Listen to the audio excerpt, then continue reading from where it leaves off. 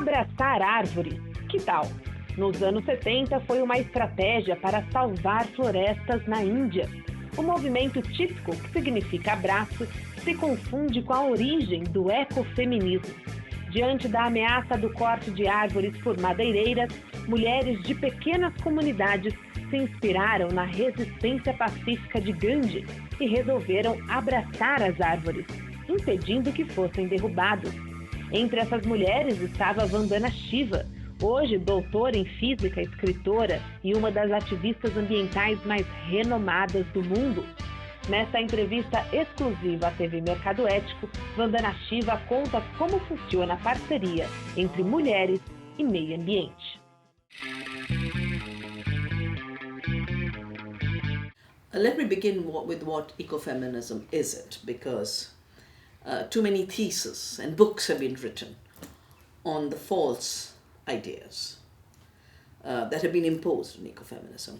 It has been presented as if ecofeminism is about essentialism. The women of Chipko were working on an economic system. They were not working on their biology. They were not saying that these forests are close to us because of our genes. They were saying these forests are close to us because of the work we do. And that socio-cultural basis of ecofeminism is totally missed by a feminism that adopts the fragmentation, reductionism, and essentializing characteristics of patriarchy. And if patriarchy had said that it is in women's essential nature to be unproductive and passive, in a way, a feminism that mimics patriarchy believes in those same fragmentations. Chipko was about women saying we'll hug the trees. It wasn't leaving it to some mysterious forces. Women were putting their lives in line and saying, you'll have to kill us before you kill the tree.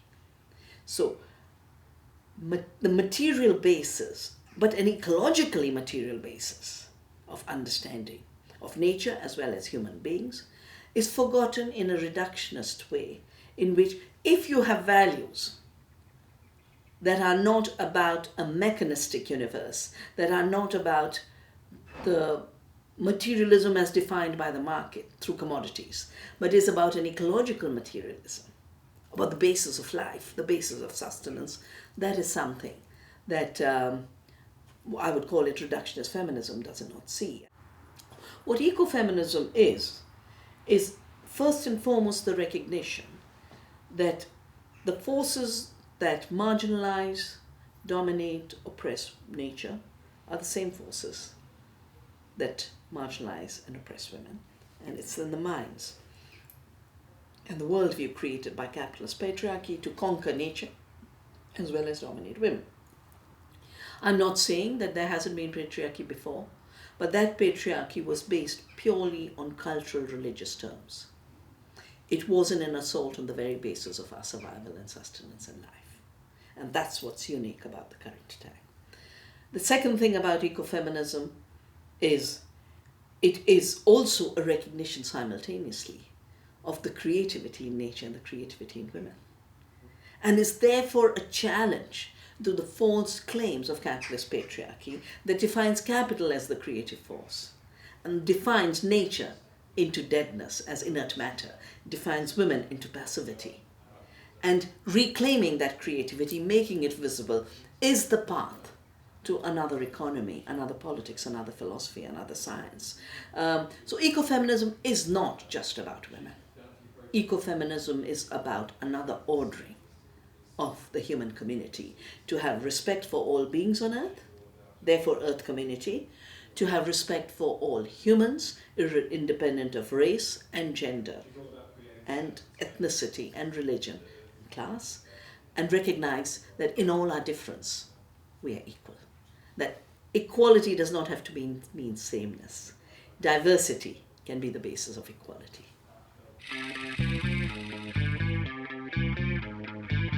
The most important part of the Chipko movement is the fact that it brought out women's power to act, because it was assumed women are passive, women are second sex.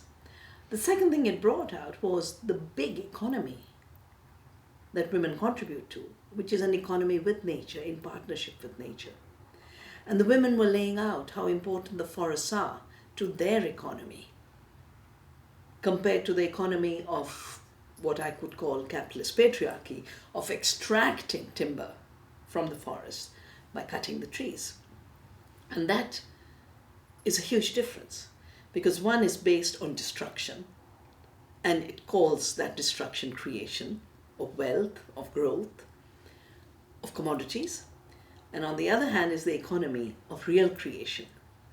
Creation and renewal in nature, and creation and renewal in society through women's knowledge. The slogan that women created was, "The products of the forest are not timber and revenue. The real products of the forest are soil and water and pure air." Women from villages with no schooling, no literacy, had given this ecological wisdom. 40 years later, the scientific community is waking up to the ecological functions of the forests. When I started to save seeds, when I recognized that the corporations wanted to genetically modify, patent, own, and collect royalties for seed which belong to us, I started seed saving. The primary seed savers are women. That the industrial agriculture that has come from the militarized minds of those who created chemical warfare and then manipulated their chemicals for killing into agri-chemicals which continue to kill. That mentality is a mentality to kill. It creates monocultures loaded with toxics that kill the bees, the pollinators, the earthworms, the soil organisms, and very often the people themselves. Women, on the other hand, do agriculture for nourishment. And they bring it to humanity, the practice of agriculture as a partnership with the diversity of species. And not only have we promoted these women-centered, nature-centered, biodiverse ecological systems, we also do research. And we found that they're so productive that we could actually feed 2 planets. If agriculture was left to women, was practiced ecologically, and nourishment came first, not the profits of the corporations. How can there be democracy if diversity is extinguished and some points of view are dominant and others are crushed? Around the world we see today so much violence based on the intolerance of the other, the intolerance of diversity. Everything we see in the Middle East today is linked to this kind of intolerance. Given the multiple roles women play, they bring to anything they do, whether it be looking after a child, or it could be as a teacher in a school, or it could be in a business, or it could be in government. They bring multidimensionality and diversity. Women are by their very nature multifunctional because they've been asked to do so many things. A man goes out, does a 9-to-5 job, comes back, smokes a cigarette or a bidi, plays a few cards with his friends, watches TV. Woman is cooking, cleaning, even after she's finished, whatever is the work outside. So the diversity that women bring to any situation is the quality that's really needed, because human beings have been made poorer in their humanity and been made poorer economically through what I have called the monoculture of the mind, the idea of one-dimensionality, the idea of linear thinking. And women bring this multidimensional thinking, that every being is multidimensional. A tree is absorbing carbon dioxide, giving us oxygen. It is providing us shade. It is giving us leaf litter that goes back into the soil to create soil fertility. It is preventing soil erosion. It is not just square feet of timber. In a similar way, a woman in a business is not just a businesswoman. She brings humanity into the picture. We live in very contradictory times. where we see on the one hand more and more ecological destruction. On the other hand, we see more and more people committed to protecting the planet. Well, there are two phenomena taking place. One is that some women of privilege are able to climb the masculine ladder and compete with men. And look at the number of CEOs that are women today. The head of PepsiCo is an Indian woman. Does that make PepsiCo a different kind of company? It doesn't. PepsiCo has done more harm to Indian children and Indian farmers in the period while Indira Nooyi has been the CEO. So it's not enough to be a woman and fit into a patriarchal structure. You got to change that structure and its values. And women have the power if they exercise it. But the second really big issue about economic globalization is large number of women are losing their livelihoods. Peasant women, fisher women, tribal women, indigenous women. So you've got a few women climbing on top and the rest being crushed. The reality of women is really the majority in what's happening to them.